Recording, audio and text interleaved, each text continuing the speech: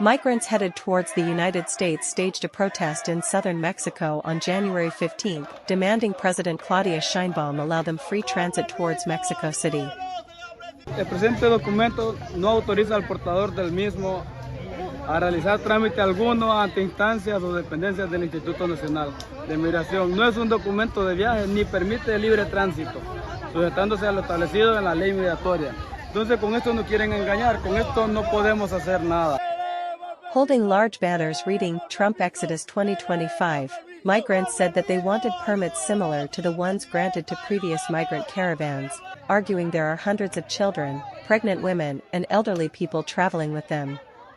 Concerns are growing amongst migrants trying to reach the U.S. border days ahead of President-elect Donald Trump's inauguration on January 20, who has vowed to cut asylum request programs such as CBP-1 and deport migrants. Besides, since taking office, Sheinbaum has detained an unprecedented 475,000 migrants heading to the United States between October and December. Worldwide News reports. The U.S. Securities and Exchange Commission, SEC, has filed a lawsuit against Elon Musk, accusing the billionaire of violating federal securities laws by waiting too long to disclose his significant stake in Twitter back in 2022.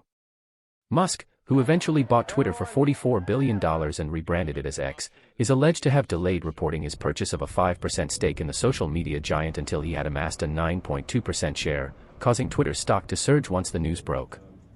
According to the SEC, Musk should have disclosed his stake within 10 days of crossing the 5% threshold, which was March 24, 2022, but he didn't announce it until April 4. By then, he had already purchased over $500 million worth of shares, and the stock price had jumped by 27% following his disclosure. The SEC claims that Musk's delay allowed him to buy Twitter shares at artificially low prices, disadvantaging other investors. Musk's legal team, however, argues that this lawsuit is part of a multi-year campaign of harassment by the SEC and a mere administrative failure that carries a nominal penalty, if anything. This is just the latest chapter in Musk's ongoing battle with the SEC, which has previously resulted in settlements over his Twitter activity and missed court-ordered testimony. Musk's lawyer said, "This series of events makes clear that the commission is not motivated to seek the truth, but instead is engaged in an improperly motivated campaign against Mr. Musk and the individuals and companies associated with him." Worldwide News Report.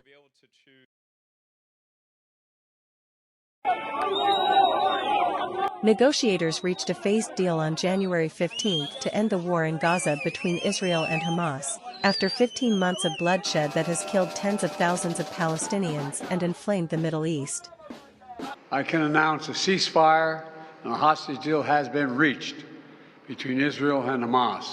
Fighting in Gaza will stop, and soon the hostages will return home to their families.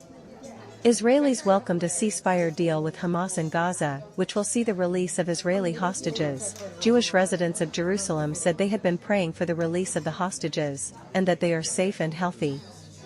I see it that my tefillot have been answered and Hashem's listening to me, and that families, I hope that they get returned to their kids and brothers and mothers, and that everyone's safe and happy and healthy. Please. In Washington, an expert highlighted the role of public opinion and pressure from the incoming Trump administration in bringing about the deal. The American people have been demanding an end to this war for over a year. The polls clearly show most Americans support a ceasefire, yet President Biden refused to act on the American people's wishes. It took President Trump's election to finally shake things up between the pressure he was putting on all parties involved.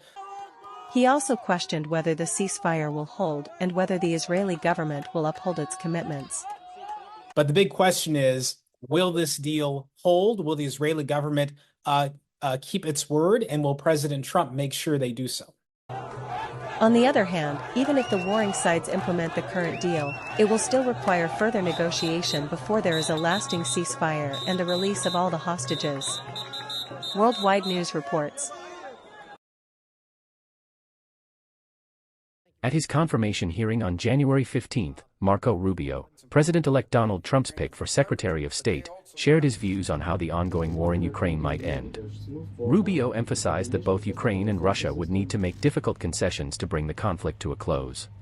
Now, what Vladimir Putin has done is unacceptable, there's no doubt about it, but this war has to end. In order to achieve objectives like the one that needs to occur in Ukraine, it is important for everyone to be realistic. There will have to be concessions made by the Russian Federation, but also by the Ukrainians. It will be difficult to achieve this objective of a ceasefire and ultimately a peace settlement unless both sides have leverage. He suggested Russia's concession would be halting further advances, while Ukraine may need to give up some territories currently under Russian control. Rubio stated that it's unrealistic to expect Ukraine to fully reclaim its land from Russia, nor would Russia likely be able to take all of Ukraine. There is no way Russia takes all of Ukraine. The Ukrainians are too brave and fight too hard, and the country is too big. That's not going to happen. He also voiced concern that Putin might try to revive his plans for Ukraine in the future. Putin's goal now is to have maximum leverage so that he can basically impose neutrality on Ukraine, and that's not an outcome I think any of us would favor. Rubio, who is set to replace Antony Blinken as Secretary of State, criticized President Biden's handling of U.S. support for Ukraine. He has previously voted against large aid packages, citing a lack of clarity on how the war will end. As Secretary of State, Rubio could play a key role in future peace talks between Kyiv and Moscow. Worldwide News Report.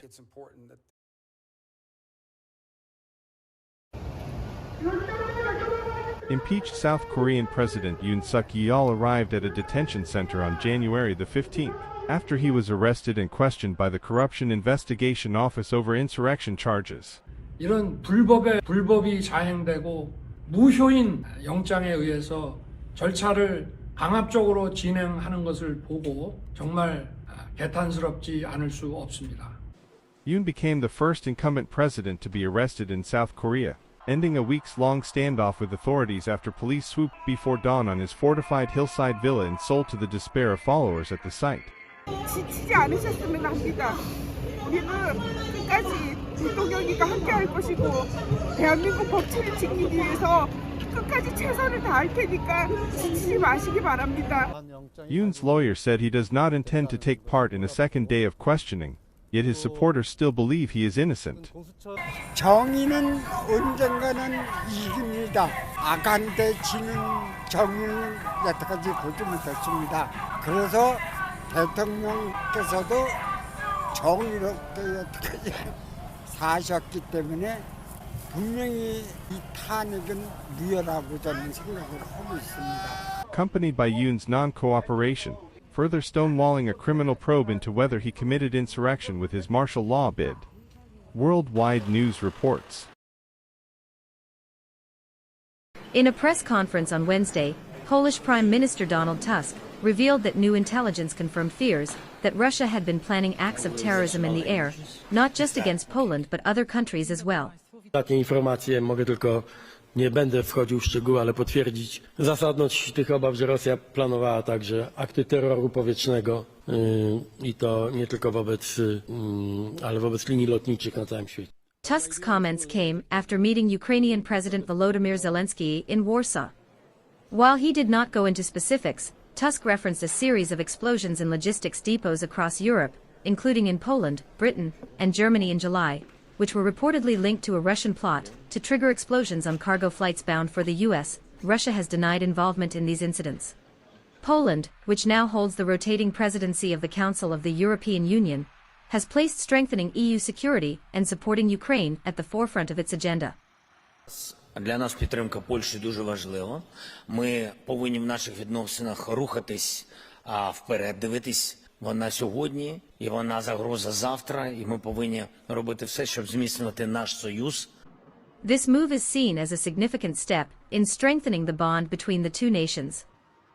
Worldwide News reports.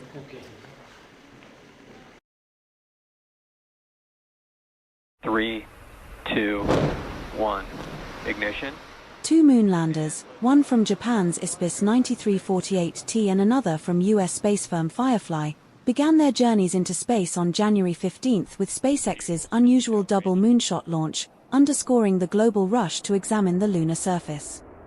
Japanese moon exploration company ISPIS launched its Hakuto R Mission 2, making its second attempt to land on the moon after an initial mission in April 2023 failed in its final moments because of an altitude miscalculation. Texas-based Firefly Aerospace launched its first moonlander, Blue Ghost, making it the third company to launch a moonlander under NASA's public-private commercial lunar payload services program. Countries and private companies worldwide have been aiming for the moon in recent years. Resilience is expected to touch down on the moon's surface in around May-June. Worldwide News reports.